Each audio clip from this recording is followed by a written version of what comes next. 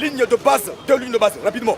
Nous nous sommes focalisés dans un premier temps sur la problématique de la restauration de l'autorité de l'État. Et pour ce faire, nous avons engagé la majeure partie de nos actions sur l'administration territoriale et la police.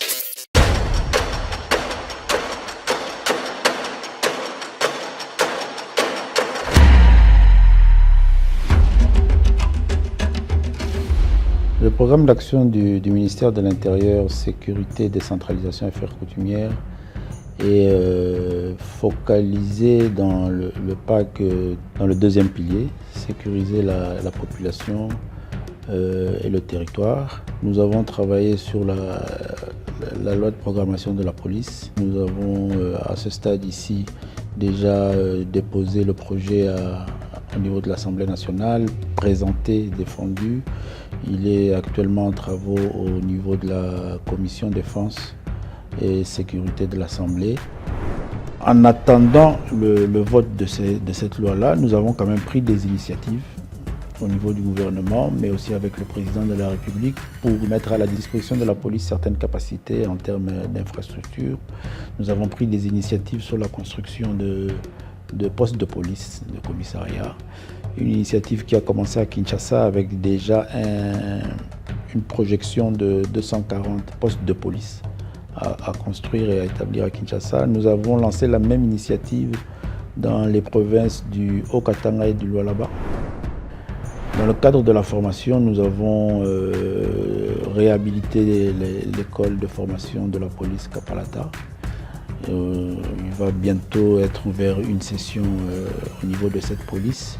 Mais avec l'académie de police de Kinshasa, de Kimpoko, qui est déjà disponible, nous allons aussi très bientôt débuter une formation.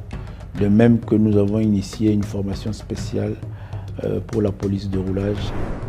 Nous avons aujourd'hui des textes légaux qui orientent la République démocratique du Congo dans une nouvelle gouvernance sécuritaire, principalement avec certaines innovations. Vous avez par exemple des questions comme l'insalubrité. Et on vous explique de quelle manière l'insalubrité, par exemple, peut être une cause d'insécurité, l'obscurité, même les embouteillages. Et ça responsabilise le comité de sécurité à identifier toutes ces questions-là, à les traiter sur le volet de causes d'insécurité et à y trouver des réponses. Donc c'est une nouvelle politique que nous estimons être extrêmement importante et nous sommes en train de la vulgariser. Nous venons déjà de faire 5 provinces dans lesquelles nous sommes en train de former les territoriaux sur toutes ces questions-là. Nous avions pris la ville de Kinshasa comme ville pilote à travers l'opération que nous avons dénommée Opération Lobo, en se donnant l'objectif qu'après l'expérience de Kinshasa, nous allions la déployer dans les différentes provinces et villes qui nous font des rapports sur un besoin d'un appui du gouvernement central sur la lutte contre la criminalité. Nous avons réussi à ce jour à neutraliser, à arrêter, à interpeller 6239 délinquants que nous avons déférés devant la justice. Sur ce nombre-là, 3829 ont été condamnés. Ils sont en prison et 2410 sont en attente de passer devant leur juge.